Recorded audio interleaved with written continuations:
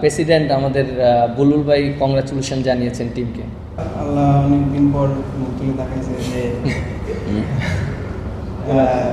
International man of the match.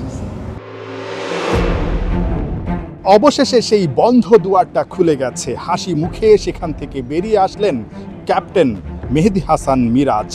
গুনে গুনে একদিন দুদিন নয়, 237 দিন পর বাংলাদেশ নিজেদের প্রিয় ফরম্যাটে জয়ের দেখা পেয়েছে প্রেমাদাসাতে, যেখানে কিনা বাংলাদেশ টানা 11টা ম্যাচে শ্রীলঙ্কার বিপক্ষে হেরেছিল। 12তম বারে এসে বাংলাদেশ অবশেষে জয়ের দেখা পেয়েছে। এই জয়টা নিঃসন্দেহে বাংলাদেশ ক্রিকেট ইতিহাসে অনেক অনেক জয়ের চাইতে ভিন্ন বা একটু স্পেশাল বলতে পারেন, কারণ বাংলাদেশ যখন একটা খারাপ সময়ের মধ্য দিয়ে যাচ্ছে, ট্রানজিশন পিরিয়ডের মধ্য দিয়ে যাচ্ছে, তখন এই জয়টা নিঃসন্দেহে অক্সিজেনের মতো কাজ করবে পুরো দলের মধ্যে। এমন দারুণ একটা জয়ের পর ক্যাপ্টেন একানা, যিনি কিনা আসলে ম্যাচ জয়ের নায়ক, সেই তানভীর ইসলামকে নিয়ে প্রেস কনফারেন্সে এসেছেন, এক গাদা কথা বলেছেন। সব চাপ যেন এই প্রেস কনফারেন্সে এসেই সরিয়ে দিয়েছেন ক্যাপ্টেন মেহেদী হাসান মিরাজ। ফার্স্ট ম্যাচটা আমরা যেভাবে হেরেছি, এটা আসলে আমরা কেউই মেনে নিতে পারিনি। বিশেষ করে খেলাটা আমাদের দিকেই ছিল, আপনারা দেখেছেন একটা ওভারে মোমেন্টাম চেঞ্জ হয়ে গিয়েছে। বাট তারপরও আমাদের বিশ্বাসটা ছিল যে আমাদের টিমের ভিতরে যে আমরা খুব ভালো ক্রিকেট খেলেছি, আমরা কামব্যাক করতে পারি। এবং দেখেন যে আমাদের টিমের ভিতরে ওই বুস্টআপটা ছিল, সেজন্য কিন্তু আজকেও কিন্তু দেখেন আমরা অনেক রকম ব্যাটিং ক্লাবস করেছি, তারপরে কিন্তু আমরা ঘুরে দাঁড়িয়েছি। বিশেষ করে আমি অবশ্যই একটা ক্রেডিট দিতে চাই তানজিম সাকিবকে, ও যেভাবে ব্যাটিং করেছে লাস্টের দিকে, কারণ ওর রানটা খুবই ইম্পর্টেন্ট ছিল। প্রথম 2 ওভারে যে আমি যখন 22 রান খাইছি, ক্যাপ্টেন আমার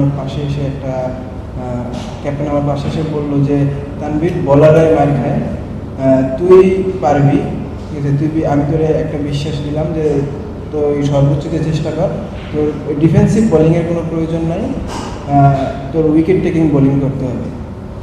আর ক্যাপ্টেনের কথা মতো ইনশাল্লাহ ট্রাই করছি, আলহামদুলিল্লাহ ভালো কিছু চেষ্টা করছি। ইনশাল্লাহ আল্লাহ অনেকদিন পর মুখ তুলে দেখাইছে যে international man of the match.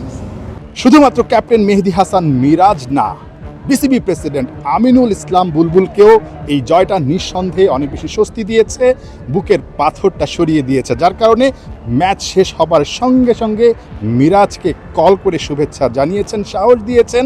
এবার সিরিজ জয়ের বড় সাহস জোগানোর চেষ্টা করেছেন বোর্ড প্রেসিডেন্ট আমিনুল ইসলাম বুলবুল।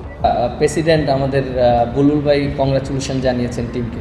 অবভিয়াসলি এক হয়েছে, অবভিয়াসলি থার্ড ম্যাচটা আমরা আরও পরিকল্পনা করতে পারবো, আমাদের সময় আছে, আমরা কোন জায়গাটা আমাদের ল্যাকিংসগুলো আছে। আপনারা দেখেন যে আমরা ম্যাচ জিতেছি, হ্যাঁ, বাট আমাদের কিছু কিছু জায়গায় আমাদের ইমপ্রুভ করতে হবে। দেখেন 2টা ম্যাচ খেলেছি, আমরা এখনও 50 ওভার ব্যাটিং করতে পারিনি। সো 2টা রান আউট হয়ে গিয়েছে দুই ম্যাচেই। সো রান আউট সবসময় মোমেন্টাম চেঞ্জ করে দেয়। আজকেও দেখেন 40 ওভারের পর থেকে কিন্তু আমাদের 4-5টা উইকেট পড়ে গিয়েছে। সো এই জায়গাগুলো আমাদের ইমপ্রুভ করতে হবে। প্রেমাদাসায় কুফাটা কেটে গেছে। 11 ম্যাচ পর বাংলাদেশ অবশেষে জয়ের দেখাটা পেয়েছে শ্রীলঙ্কার বিপক্ষে। নতুন ইতিহাস বলতে হবে।